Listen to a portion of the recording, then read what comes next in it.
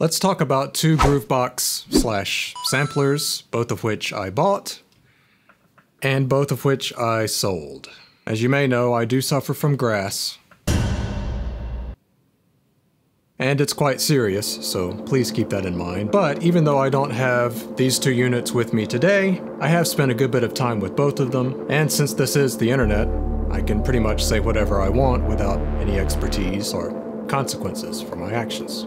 So let's talk about what I did and didn't like about each of them, based on my memories of using both of them, the things that really stuck with me and the things that come to mind when I think about both units. And at the end, I'll pick a winner and tell you which one I would have kept had someone made me keep one of them. Which obviously they didn't, because I didn't.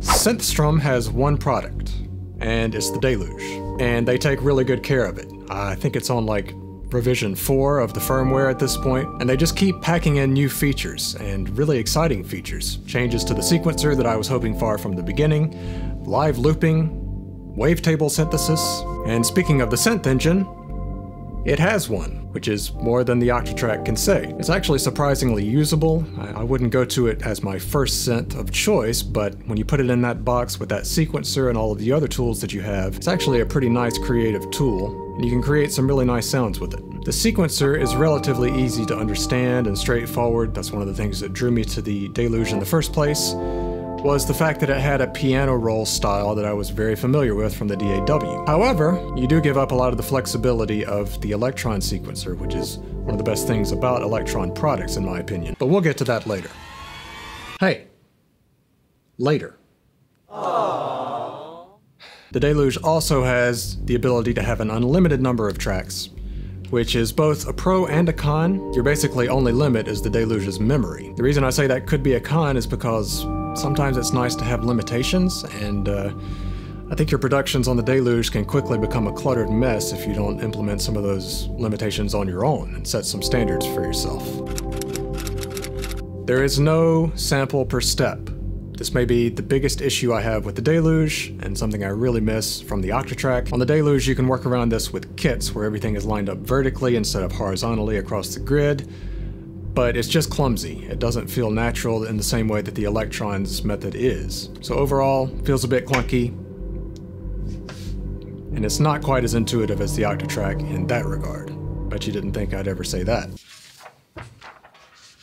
It does have a mod matrix, but the routings are actually fairly limited. Some of the ones that you would think would be pretty obvious and very useful are not available. One of my favorite things to do on the Octatrack was to change the sample start time with an LFO. And you cannot do that on the Deluge. It's just impossible. Even with all the updates, which have improved the sequencer and have made it so that you can set independent track length and direction, randomization, you still can't have different clock divisions per row of the sequencer, which is a big limitation. I wish that that's something they could address in the future. And they might. Okay, come on.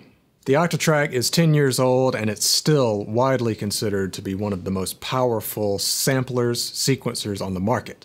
It's kind of incredible.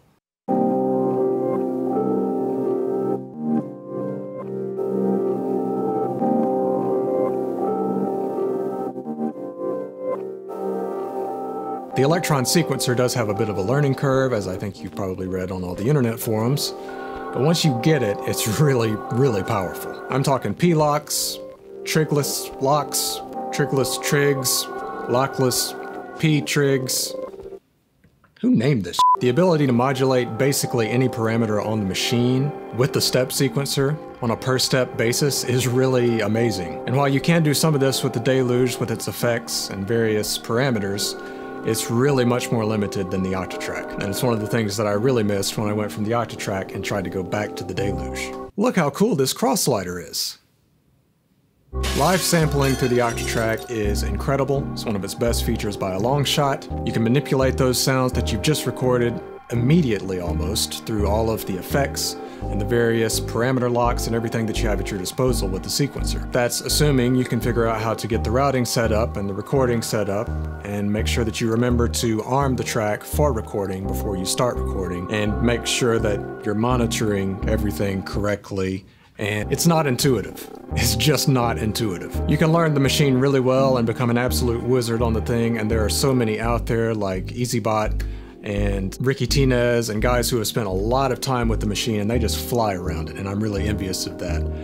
I was never able to sit down with the machine for long enough to remember everything about it when I would put it on the shelf and bring it out 2 weeks later. So every time I would sit down with the machine, all my inspiration would be immediately sucked away by trying to relearn the one thing that I was trying to do with it. And that became really frustrating, just trying to get my head wrapped around the thing every single time I needed to use it. Partially my fault. I know if you spend enough time with it, you'll learn it well enough, but I just don't have the time to spend that much time with one piece of gear. I have other projects and things to work on. So, you may be thinking, if you had someone here making you pick one, which one would you have kept? And I'm gonna have to say the Octatrack, just because of all those reasons I just mentioned about how flexible it is.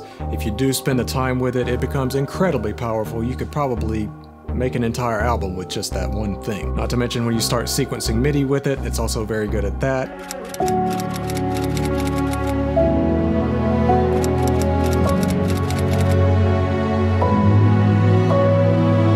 So I think while the learning curve is steep, if you put in the time with the Octatrack, it is worth it.